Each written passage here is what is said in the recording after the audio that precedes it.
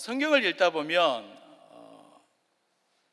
여러 곳에서 전혀 새로운 단어처럼 보이는, 즉 쉽게 말해서 우리가 흔히 사용하지 않는 단어들이 가끔씩 등장할 때가 있습니다. 그러다 보면 순간적으로 이 단어를 뜻을 어떤 뜻일까, 또 그 뜻에 대해서 잘못 해석을 하다 보면 엉뚱한 방향으로 그 본문이 말하고자 하는 그 뜻을 제대로 파악하지 못하고 엉뚱하게 해석되어지는 경우가 참 많이 있습니다. 도박에 빠져있던 한 청년이 졸면서 설교를 듣다가 창세기 13장 5절 말씀을 들었습니다. 아브라함의 일행 롯도 양과 소와 듣는데 갑자기 눈이 번쩍 뜨졌습니다. 왜 그럴까요? 로또라는 말을 로또로 들었습니다. 우리가 단어나 성경을 읽다 보면 여러 가지 정말 생각지도 못했던 그런 어떤 집중해서 우리가 듣지 않으면 잘못된 해석으로 빠지는 경우가 많이 있는데요. 오늘 우리가 흔히 사용하지 않는 단어가 오늘 본문에 하나가 등장을 합니다. 경륜이라는 단어입니다.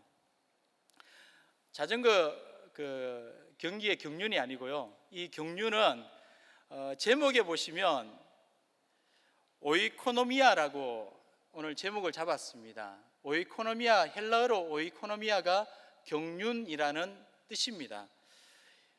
이 말은 어원적으로 집을 의미하는 오이코스라는 단어와 할당하다, 관리하다, 경영하다라는 뜻의 네모가 결합되어서 만들어진 단어가 바로 이 오이코노미아라는 단어입니다. 경륜, 어떤 뜻인가 하면요, 집을 잘 관리하는 행위, 집을 잘 다스리는 것, 잘 관리하는 것. 그 집이라는 말은 기업이 될 수 있고 가정이 될 수 있고요, 아니면 혹은 나라와 세계와 우주를 뜻할 수도 있습니다. 이 단어가 신약 성경에 총 9번 나옵니다. 근데 특별히 에베소서에 3번이나 등장을 합니다. 경륜이라는 단어로 오이코노미아라는 이 단어가 경륜이라는 뜻으로 이 에베소서에 3번이 등장을 합니다. 근데 다른 곳에서는 청지기, 직분이라는 뜻으로 이 오이코노미아라는 단어가 사용이 되었습니다. 청지기, 직분이라는 뜻으로.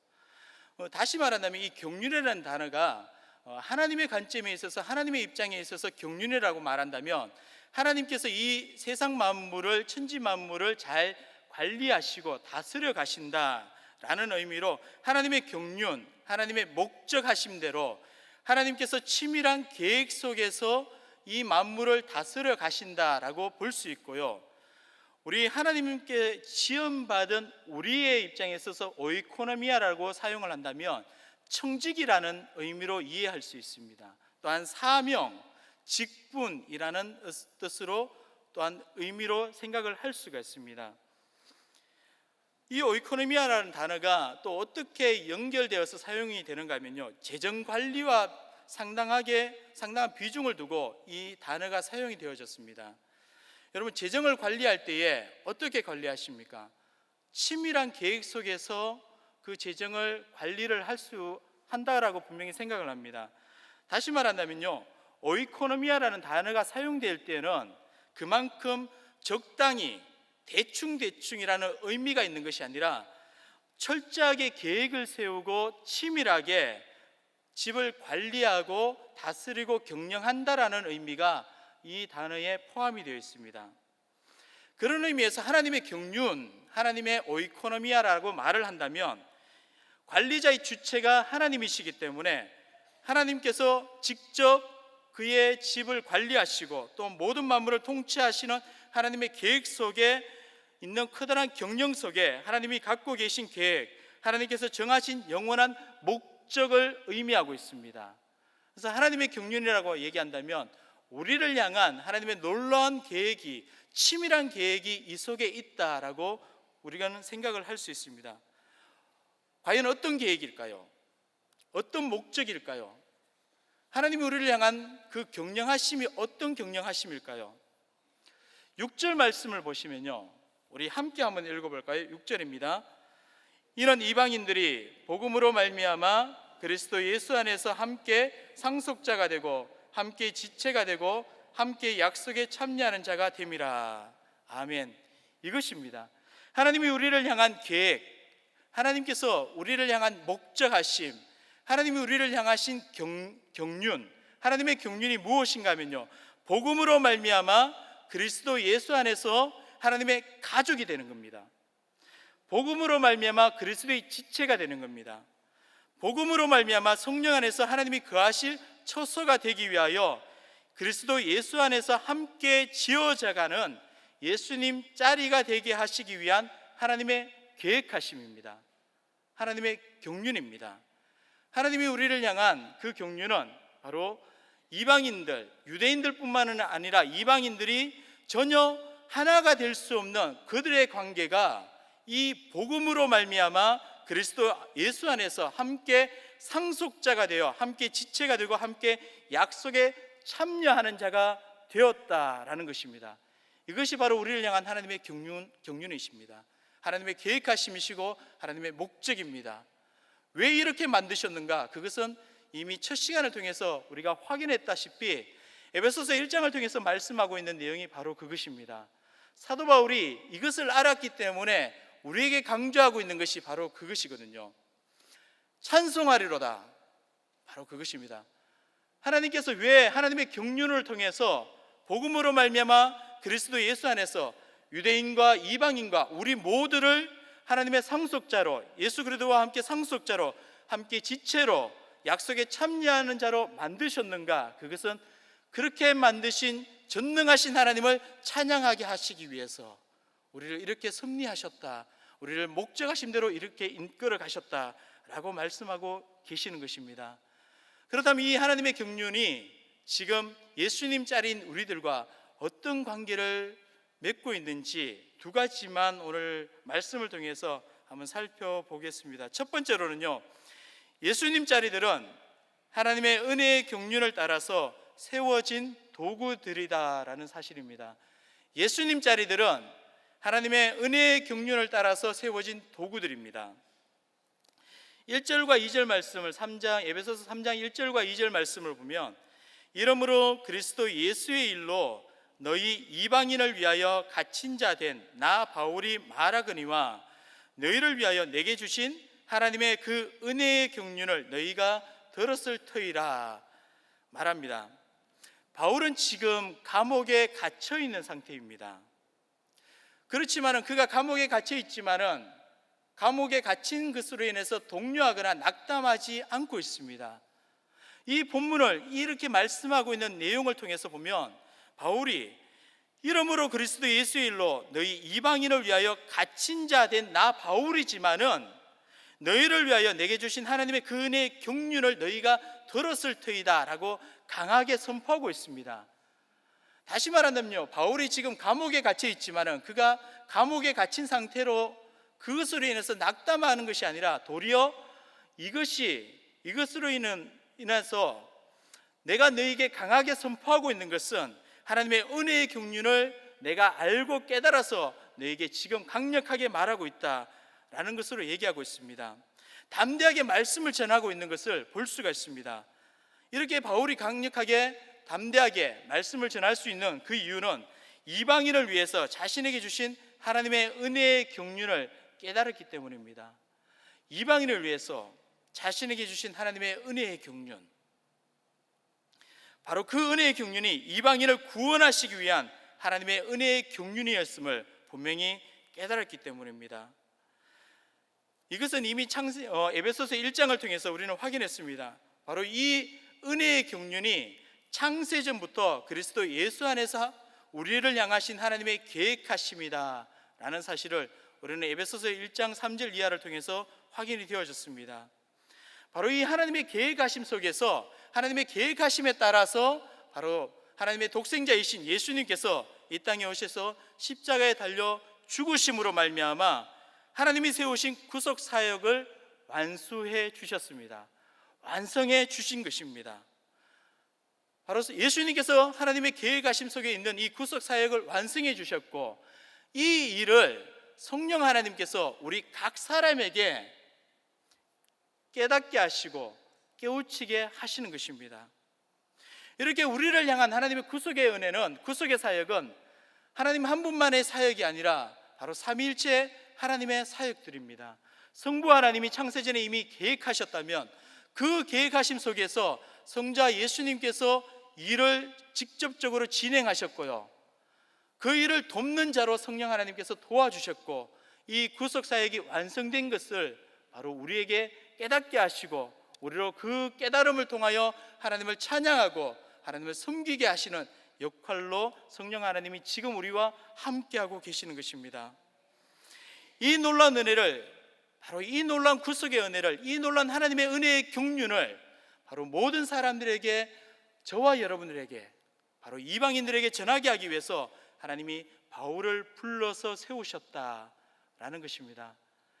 이 놀라운 은혜를 바울이 깨달았기 때문에 그가 비록 감옥에 있을지라도 하나님의 은혜의 경륜을 알고 너에게 담대하게 말씀을 전한다, 서신이지만은 너에게 담대하게 외칠 수 있다라고 말씀을 하고 있는 것입니다. 여러분, 바울이 어떤 자였습니까?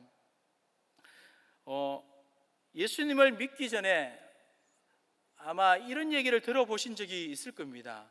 우리 바울이 옛날 사울이라고 얘기하잖아요. 사울이라고도 얘기하고 바울이라고도 얘기하는데 잘못된 설명 중에 하나가 뭔가 하면요, 바울이 예수님 믿기 전에는 사울이었다가 예수님 믿은 이후에 은혜를 받아서 바울로 바뀌었다라고 설명을 하는데 그것은 잘못된 설명입니다.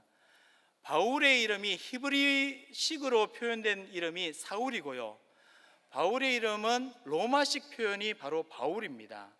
그래서 같은 의미입니다. 근데 이미 예수님 믿고 난 이후에 이방인들을 향해서 복음의 사도로 세워졌기 때문에 바울로 더 많이 우리가 사용을 하고 있는 것입니다. 히브리식 표현이 사울이고요, 로마식 표현이 바울이다라는 것을 이해하시고요. 이 바울이 예수님 믿기 전에 여러분들 어떤 자였습니까? 디모데후서 1장 13절 말씀에는 이렇게 말합니다. 내가 전에는 비방자요 박해자요 폭행자였다라고 말하고 있고요, 디모데전서 1장 15절 말씀에는 죄인 중에 내가 괴수다. 바울은 자신을 향해서 사람들에게 얘기하기를 내가 전에는 비방자였고 폭행자였고 박해자였다, 죄인 중에 괴수였다라고 자기 스스로를 평가를 하고 있습니다. 그는 예수님 믿기 전에 그 자신이 바로 죄인 가운데서도 괴수였다라고 말합니다. 이 사울을 통해서, 이 바울을 통해서 얼마나 많은 성도들이 죽임과 고초를 당했는지 우리는 간략한 사도행전의 기사를 통해서도 알 수가 있습니다. 또한 그를 통해서 아마 많은 자들이 신앙을 버렸지 않을까라고 생각을 할 수도 있습니다.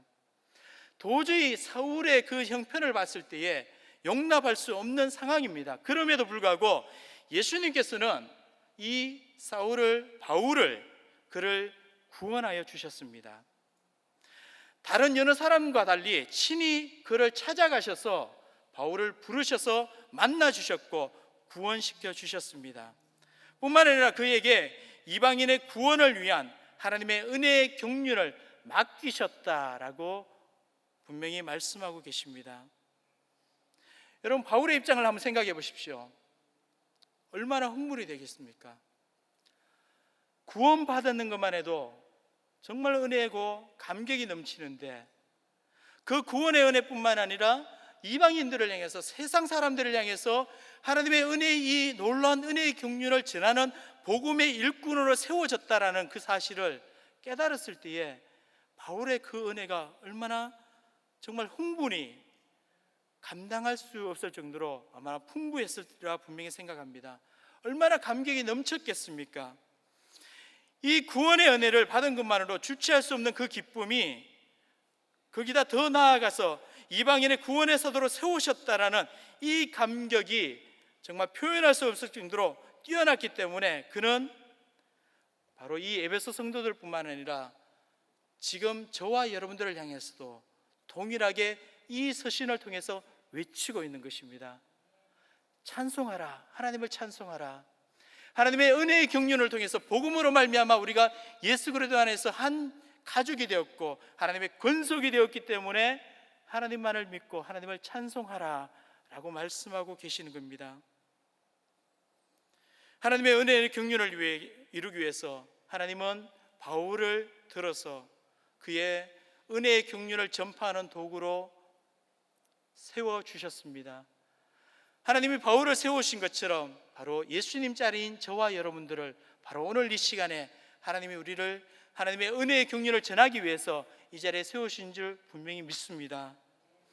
하나님의 그 은혜의 경륜을 따라 도구로 삼으신 것은 사도 바울 한 사람뿐만이 아니라, 그렇다고 목회자 한 사람뿐만 아니라 바로 저와 여러분들도 동일하게 하나님이 그 은혜의 경륜을 따라서 복음을 전하는 일꾼으로 지금 이 시간에 우리를 동일하게 세우셨다라는 겁니다. 베드로전서 2장 9절 말씀에 말하고 있습니다. 같이 한번 읽어볼까요? 그러나 너희는 택하신 족속이요 왕같은 제사장들이요 거룩한 나라요 그의 소유가 된 백성이니 이는 너희를 어두운 데서 불러내어 그의 기이한 빛에 들어가게 하신 이의 아름다운 덕을 선포하게 하려 하심이라. 아멘. 우리를 택하신 족속, 왕같은 제사장, 거룩한 나라 그의 소유된 백성으로 하나님이 삼아 주셨다라고 했는데요, 이렇게 하나님께서 삼아 주신 이유가 너희를 어두운 데서 불러내어 그의 기이한 빛에 들어가게 하신 이의 아름다운 덕을 선포하게 하려 하심이라. 아멘입니다.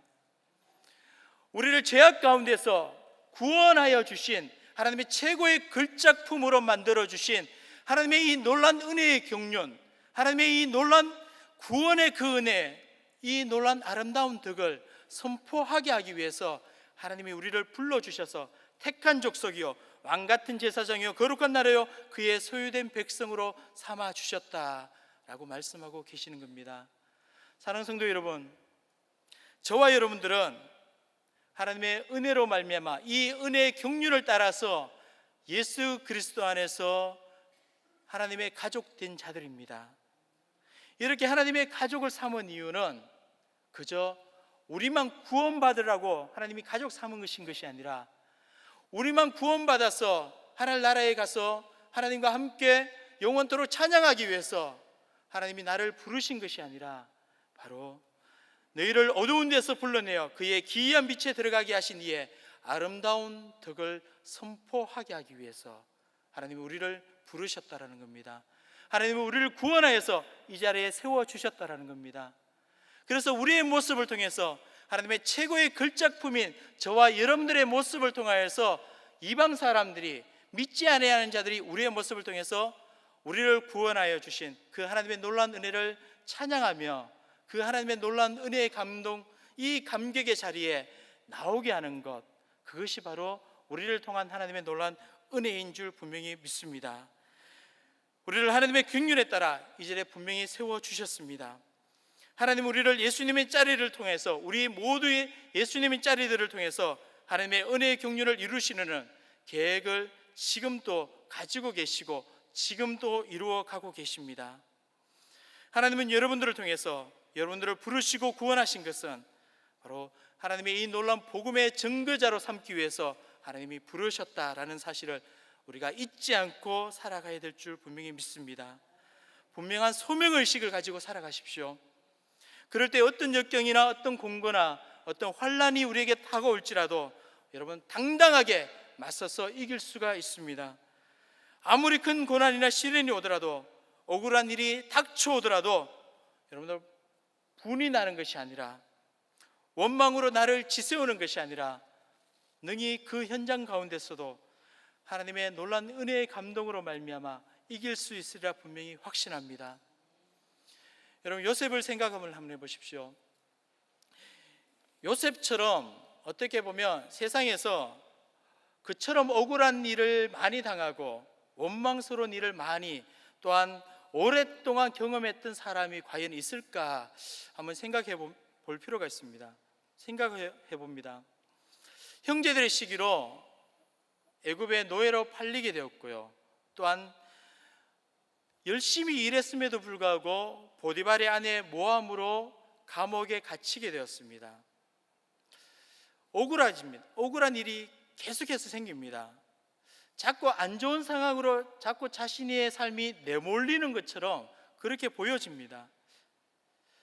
그런데 요셉의 삶을 보면 분명히 원망하고 불평하면서 세월을 허비하고 낭비할 수도 있었음에도 불구하고 그의 기록을 보면, 요셉의 기록들을 보면 그가 세월을 허비했다거나 낭비했다라는 기록이 전혀 없습니다. 뿐만 아니라 아무리 성경을 찾아봐도 요셉이 사람을 향해서든지 아니면 하나님을 향해서 원망했다라는 기록이 없습니다. 오히려 그는 고난 속에서도 하나님만을 바라보면서 순결을 지켰습니다.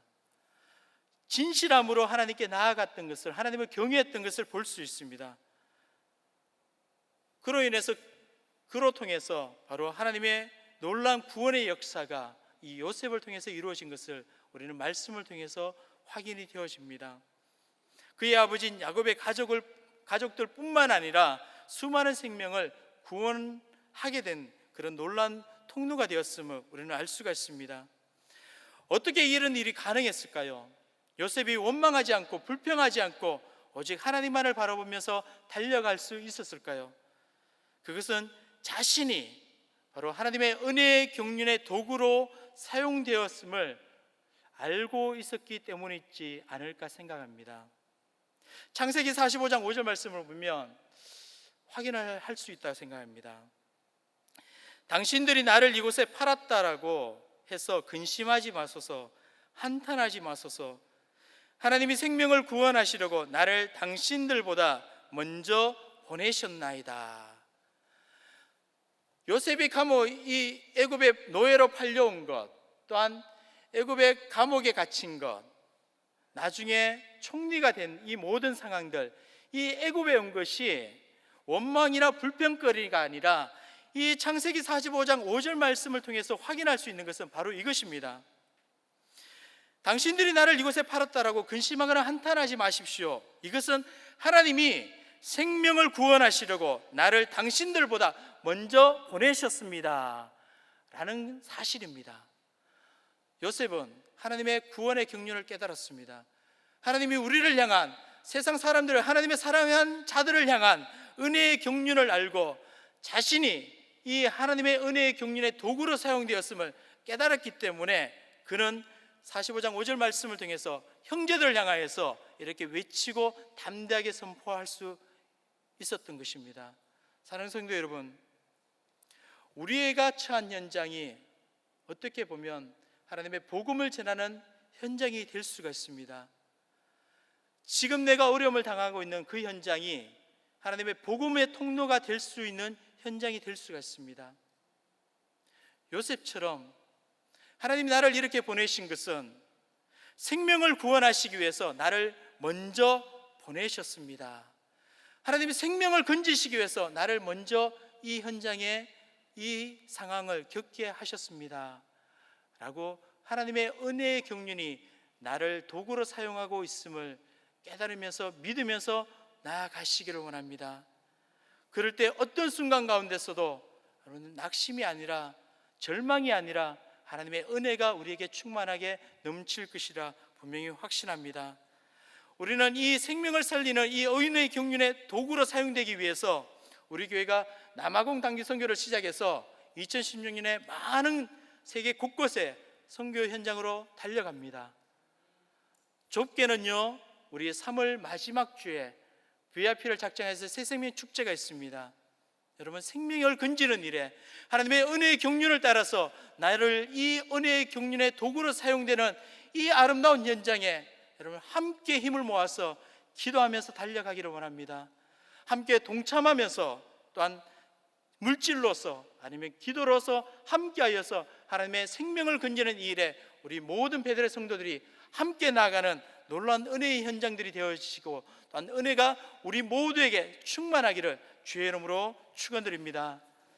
두 번째로는요, 예수님 자리들은 하나님의 비밀을 드러내는 자들입니다. 바울이 이 경륜, 단어를 사용할 때요, 비밀이라는 단어와 많이 연결해서 얘기를 하고 있습니다.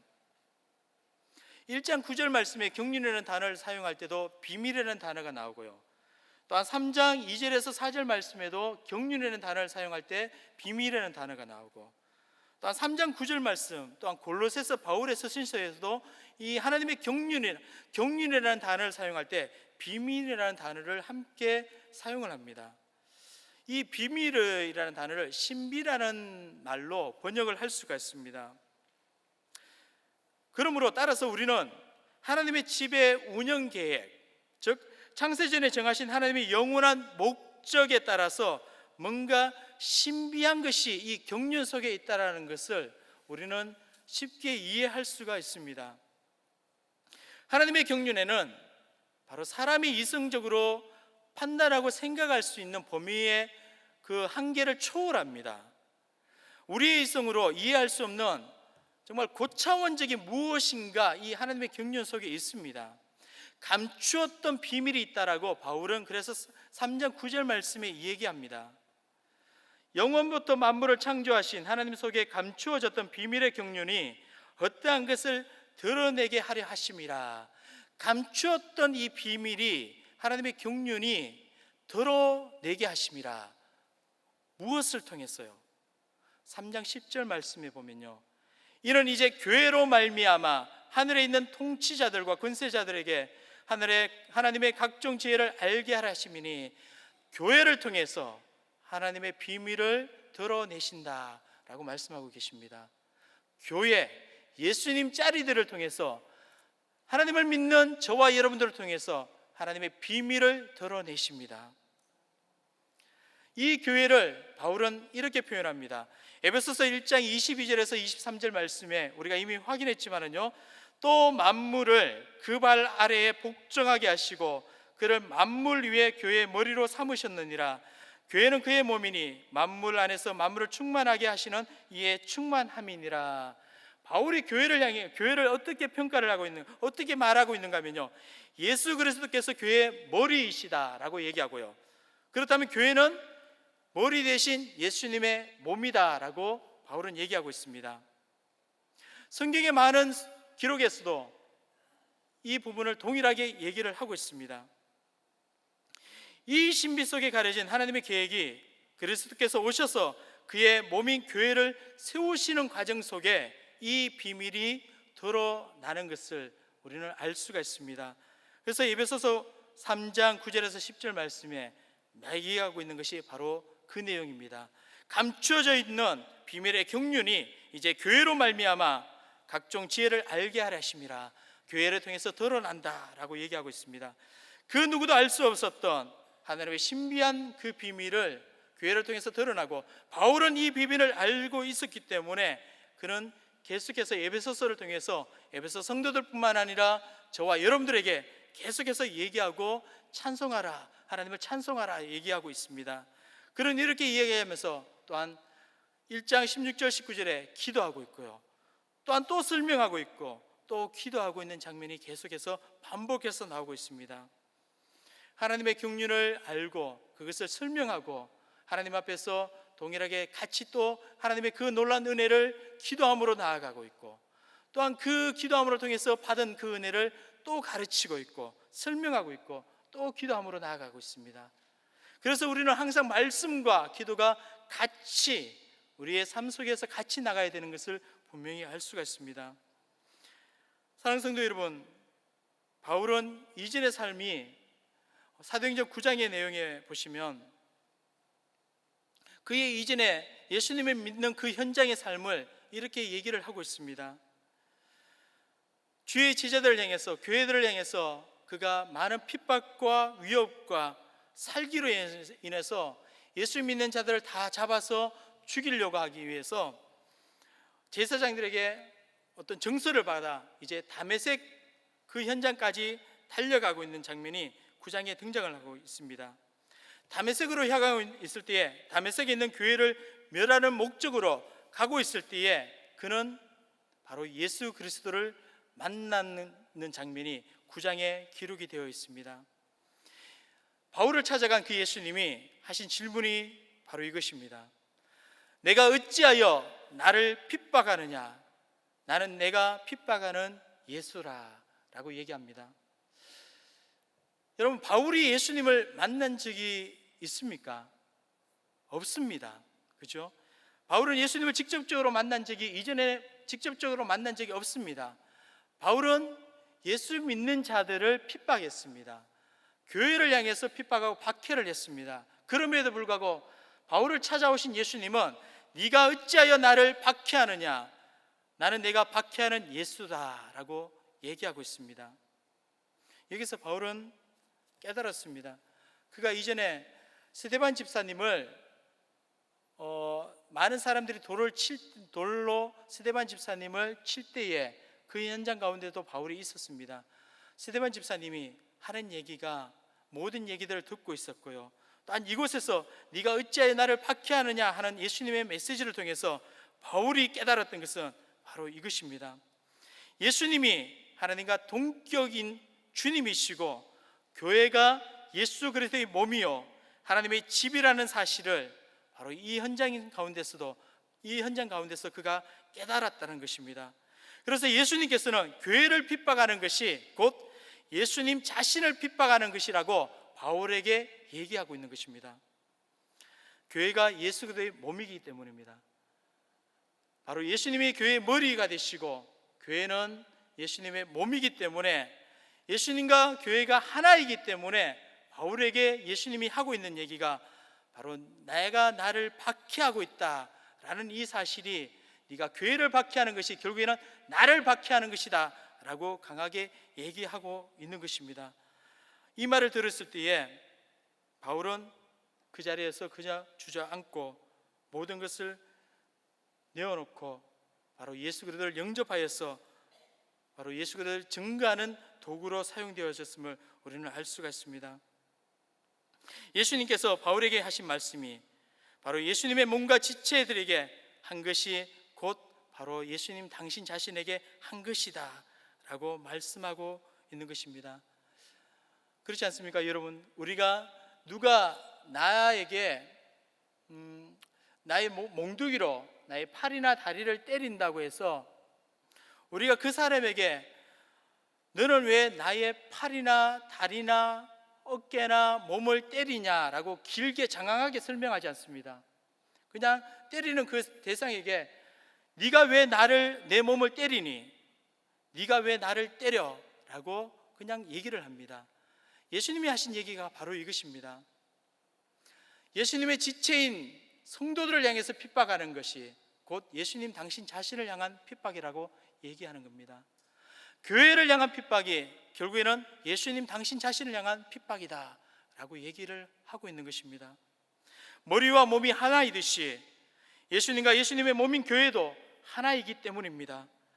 예수님의 생명으로 세워진 것이 교회이기 때문에 예수님의 몸인 교회가 바로 신비 속에 감추어져 있던 하나님의 경륜을 드러내게 된 것입니다.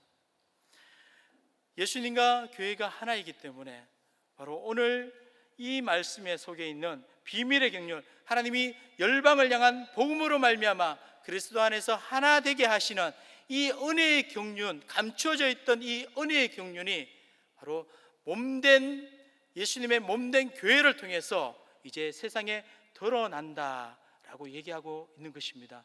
좁게는 바울 자신을 통해서요, 넓게는 바로 저와 여러분들을 통해서 예수를 믿는 교회를 통해서 이 비밀이 드러나게 되는 것입니다.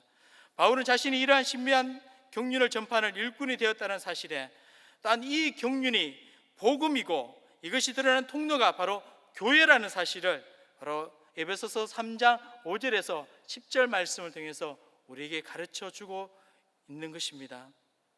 창세전부터 계획했던 이러한 놀라운 은혜가 하나님의 위대한 발명품인 이 교회를 통해서 우리에게 나타났습니다. 함께 할 수 없었던 유대인과 이방인들이 예수 그리스도를 통해서 하나 되어 교회를 이루게 하여 주셨습니다. 그래서 교회라고 얘기할 때 우리는 건물만 얘기하지 않습니다. 교회를 얘기할 때는요, 바로 예수 그리스도의 생명을 받은 성도들의 집합처가 바로 교회라고 얘기를 합니다. 그래서 헬라로 에클레시아, 부름받은 성도들의 모임을 교회다라고 얘기합니다. 바로 이런 교회가 하나님께서 거하시는 집이다라고 말합니다. 바로 이러한 교회가 하나님의 충만하심으로 채워져야 할 그리스도의 몸이요 하나님의 집이 되는 것입니다. 교회가 하나님의 집이기 때문에 바로 에베소서 2장 19절에서 22절 말씀에 이러한 집과 연관되어서 나그네라는 단어가 있고요, 또한 시민, 권속, 하나님과 가족이 되었음을, 또한 세워주셨음을, 건물, 성전, 처소 함께 지워져 간다라는 의미로 우리에게 설명을 하고 있습니다. 교회가 하나님의 집이기 때문에 건물에 비유하여서 우리가 그리스도와 함께 지워져 간다라고 얘기하고 있는 것입니다. 결국에는 이것입니다. 우리가 예수님을 잘 믿고 예수님을 나의 구주로 영접하고 나의 머리와 몸된 우리가 서로 교회 안에서 교회로서 한 지체로서 제 몫을 다할 때에, 우리가 올바르게 교회로서 역할을 잘 감당해 갈 때에 하나님의 경륜이 제대로 이 세상 가운데 선포되어지고 하나님의 경륜이 드러난다라는 것을 말씀을 하고 계시는 것입니다. 사랑하는 성도 여러분, 여러분 교회를 어떻게 보고 계십니까? 교회를 향해서 여러분들 어떻게 대하고 계십니까? 여러분 어떻게 교회를 여러분 생각하고 계십니까? 교회 안에 들어와서 하나님의 가족이 된 것 엄청난 축복입니다. 교회 안에 들어와서 하나님의 이 은혜의 경륜을 깨닫게 되는 것 하나님의 놀라운 은혜입니다. 이 은혜를 안다면 하나님이 세워주신 이 교회를 사랑해야 되지 않을까요? 이 교회를 향하여서 우리가 힘써서 나아가야 되어야 되지 않을까요? 예수님 없는 교회는 교회가 아닙니다. 교회를 떠난 예수님도 우리는 생각할 수가 없습니다. 그 이유는 교회가 머리 대신 그리스도의 몸이고, 또한 그리스도는 교회의 머리다라고 분명히 우리에게 말씀하고 계시기 때문입니다. 그래서 사도 바울은 에베소서 3장 14절에서 19절 말씀에 이렇게 기도하고 있습니다. 나무의 뿌리가 땅에 박혀서 끊임없이 수분과 영양분을 받아 튼튼하게 자라듯이 건물이 터 위에 든든히 박혀서 움직이지 않듯이 각 교인이 다른 성도들과 함께 하나 되어 그리스도의 사랑 안에서 깊숙이 박혀서 흔들리지 않는 요지부동의 튼튼한 교회 공동체를, 하나님의 집을 이룰 것을 기도함으로 통해서 그는 우리에게 얘기하고 있습니다. 여러분 3장 14절에서 21절 말씀을 우리 같이 한번 읽어봅시다. 이런 목적으로, 이런 의미로 생각을 하시면서 한번 읽어보겠습니다. 3장 14절부터입니다. 이러므로 내가 하늘과 땅에 있는 각 족속에게 이름을 주신 아버지 앞에 무릎을 꿇고 비노니, 그의 영광의 풍성함을 따라 그의 성령으로 말미암아 너희 속사람을 능력으로 강건하게 하시오며, 믿음으로 말미암아 그리스도께서 너희 마음에 계시게 하옵시고, 너희가 사랑 가운데서 뿌리가 박히고 터가 굳어져서 능히 모든 성도와 함께 지식에 넘치는 그리스도의 사랑을 알고 그 너비와 길이와 높이와 깊이가 어떠함을 깨달아 하나님의 모든 충만하신 것으로 너희에게 충만하게 하시기를 구하노라. 우리 가운데서 역사하시는 능력대로 우리가 구하거니와 생각하는 모든 것에 더 넘치도록 능히 하실 이에게 교회 안에서와 그리스도 예수 안에서 영광이 대대로 영원 무궁하기를 원하노라. 아멘. 아멘.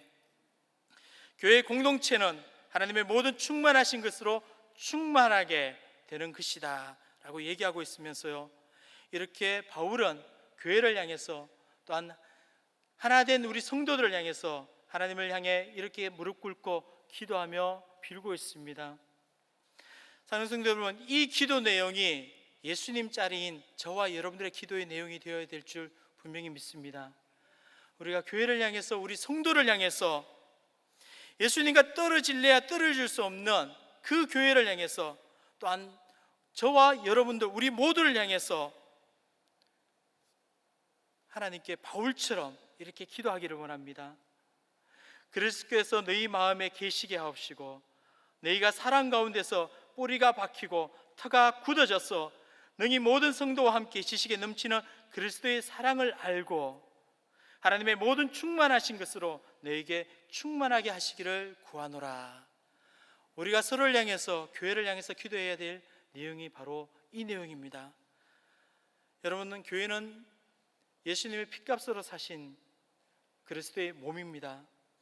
교회는 하나님께서 자신의 핏값으로 사셨기 때문에 너무나도 가치 있는 존재입니다. 교회를 이루는 저와 여러분들 모든 성도들 또한 예수님 짤인 우리들이 바로 하나님 보시기에 가장 가치 있는 존재라고 말씀하고 계십니다. 하나님이 자기 목숨처럼 여기는 이 교회를 하나님이 자기 목숨처럼 그리스도의 몸으로 삼으신, 그리스도의 지체로 삼으신 저와 우리 모두를 이제 우리가 사랑하고 세워가면서 기도하며 함께 나아가기를, 함께 세워져 가기를, 그리스도 안에서 함께 지워져 가기를 간절히 원합니다. 예수님 짤의 인생은 하나님의 경륜을 따라서 복음의 확장을 위해서 세워진 자들입니다. 또한 예수님 짤의 인생은 하나님의 구원의 비밀을 밝히 드러내고 보여주어서 세상으로 하여금 하나님의 영광을 찬송토록 하게 하는 자들입니다. 머리 대신 예수님과 그의 몸을 이루는 우리 모든 지체들이 하나님 교회가 올바르게 자라갈 수 있도록 여러분 함께 세워져 가시고요, 함께 기도함으로 이 교회가 하나님의 복된 교회로 지워져 가는 아름다운 일들이 우리 모두에게 일어나기를 주의 이름으로 축원드립니다. 아멘. 우리 함께 찬송할까요? 우리에겐 소원이 하나 있네, 주님 다시 오실 그날까지. 우리 가슴에 새긴 주의 십자가 사랑, 나의 교회를 사랑케 하네. 주의 교회를 향한 우리의 마음, 희생과 포기와 가난과 고난, 하물며 죽음조차 우리 막을 수 없네. 우리 교회는 이 땅의 희망. 교회를 교회되게, 예배를 예배되게 우리를 사용하소서. 진정한 부흥의 날 오늘 임하도록 우리를 사용하소서. 우리 같이 찬양으로 고백합시다.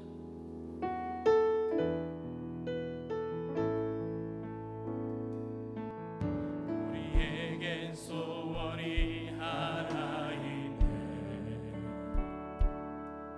주님 다시 오실 그날까지. 우리 가슴에 새긴 주의 십자가 사랑, 나의 교회를 사랑케 하네. 주의 교회를 향한 우리 마음,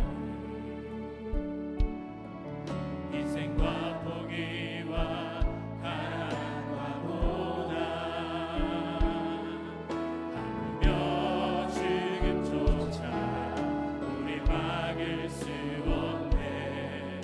우리 교회는 이 땅의 꿈만, 교회를 교회되게, 예배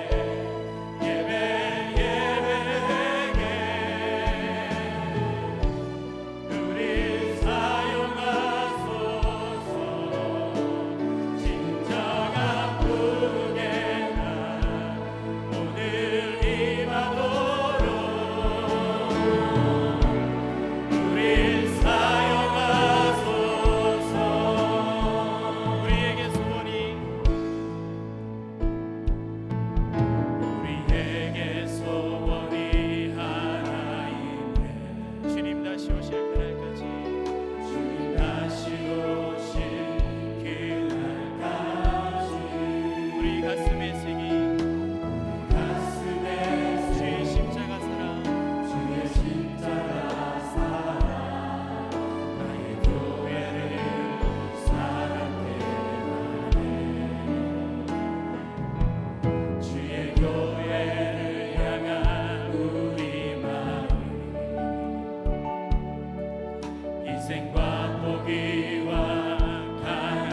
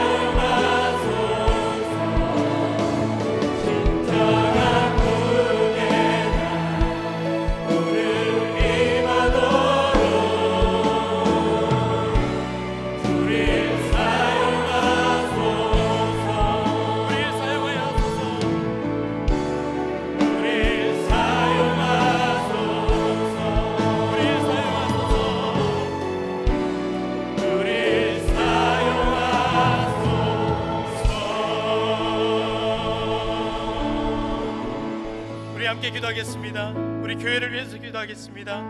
하나님의 핏값으로 사신 하나님의 이 교회를 주님 우리가 사랑함으로 나아갑니다. 하나님 복음을 증거하는 통로로 세워주시고 하나님 이 교회를 통해서 주의 구원의 은혜가 놀라운 하나님의 경륜이 선포되게 하여 주시고 하나님 세상 열방을 통하여 주님의 놀라운 은혜가 선포되어질 수 있는 교회가 되게 하여 주시옵소서. 말씀의 든든한 반석에 세워질 수 있는 교회가 되게 하여 주시고 하나님 이 세상 가운데 건강한 교회로 세워지게 하여 주시고 빛과 소금의 칼을 감당하는 교회가 되게 하여 주시옵소서. 하나님 말씀을 전하실 우리 담임 목사님 영육간의 강건함으로 붙들어 주시고 모든 목회자들을 위해서 또한 리더들을 위해서 이 시간 주여 한번 물어주고 간절하게 기도하겠습니다. 주여